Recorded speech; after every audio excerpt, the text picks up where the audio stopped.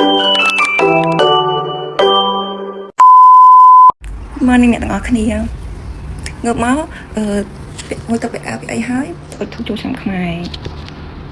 អត់ធូរទទួលទេវតាថ្មីរួចរាល់មកគឺត្រឡប់ទៅបន្ទប់វិញរៀបចំអ្វីៗទៅកាន់ខែស៊ីរៀបអត់មានអីច្រើនទៅគឺរៀបចំ skin care អ្វីដែលសំខាន់ជាពិសេសជាងគេបំផុតនោះគឺ UV ហើយនិង BB គឺមេក្តៅខ្លាំងមែនទែនគឺ sunscreen គឺសំខាន់ណាស់បន្ទាប់មករៀបចំកៅអៅមាន mask foam អ្នកទាំងអស់គ្នាពេលទិញ foam ហើយដែរបោះចោលជំងុយឬក៏ទិញសាប៊ូទិញអីដែលបោះចោលដែលគេដាក់ឲ្យយើងទុកពេលយើងទុកទៅណាទៅណាខ្ញុំអត់បោះចោលដោយសារតែខ្ញុំទុកពេលខ្ញុំទៅណាមកណាគឺខ្ញុំមានអាហ្នឹងកុំឲ្យវាជ្រាបហើយបន្ទាប់មកគឺសាប៊ូកក់សក់សាប៊ូដោះខ្លួនអត់មានសាប៊ូកក់សក់យ៉ាត់សក់រឹងកព្រឹសហើយអ្នកទាំងអស់គ្នាល្ងាចម៉ោង 4 បងគាត់មកយកធ្វើដំណើរចេញទៅកាន់ខេត្តសៀមរាបគ្នាខ្ញុំគឺ10នាក់ច្រើនដែរអ្នកទាំងអស់គ្នាទៅចំនួន2ឡានមកដល់សៀមរាបមេឃរឿងងងឹតដែរអូវេលាចូលទៅកន្លែងដេកខ្ញុំនៅជិត Pop Street ដែរសឹងនៅឆ្ងាយប្រហែលទេដើរមិនតិចគឺដល់ Pop Street ហើយដូរកៅដូរអីហើយក្រងសក់ក្រងអីតែខ្លួនតិចតួចអត់ច្រើនអីណាស់ណាទេអ្នកទាំងអស់គ្នាគាត់តែលាប BB ហើយគូភ្នែកលើក្រែមតិចគឺចេញទៅ Pop Street កន្លែងខ្ញុំគេនៅជិត Pop Street ដែរអញ្ចឹងគឺដើរទៅយើងសេវលុយផងកុំឲ្យជិះទៅអស់លុយច្រើនចាដើរលេងអត់សូវមានលុយទេដល់មករកអីហូបសិនហូបអីឆ្អែចាំតែលេងជីវៀងការខ្យល់ចាប់នៅក្នុង Pop Street ផ្អើទាំងខ្មែរផ្អើទាំងជនជាតិហើយមកដល់ភ្លាមគឺត្រូវឆាយគេប៉ាត់ម្សៅភ្លាមហ្មងចាអ្នកទាំងអស់គ្នាគឺមនុស្សច្រើនខ្លាំងមែនទេមានទាំងខ្មែរមានទាំង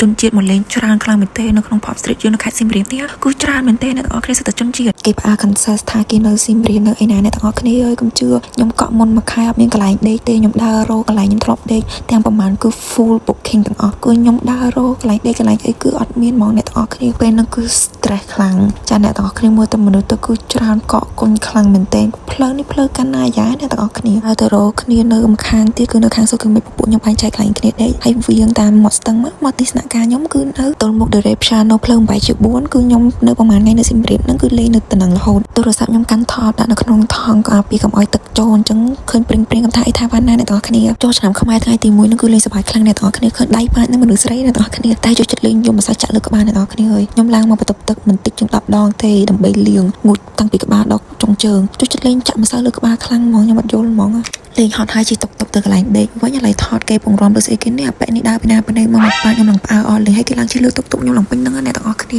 តែសប្បាយខ្លាំងឆ្នាំនេះខ្ញុំសំណាងគេចាប់កក់សក់ដូចឆ្នាំមុនចុះពីលើតុកមកទៅជួយនៅកន្លែងដេកមកទិញអីហូបតិចតួចទិញមីយកទៅហូបពួកអីលេងទឹកតិចខ្លាំងចឹងទៅយើងហូបមីឲ្យក្តៅខាងក្នុងយ៉ាហូបឲ្យក្តៅក្នុងវិញយើងមក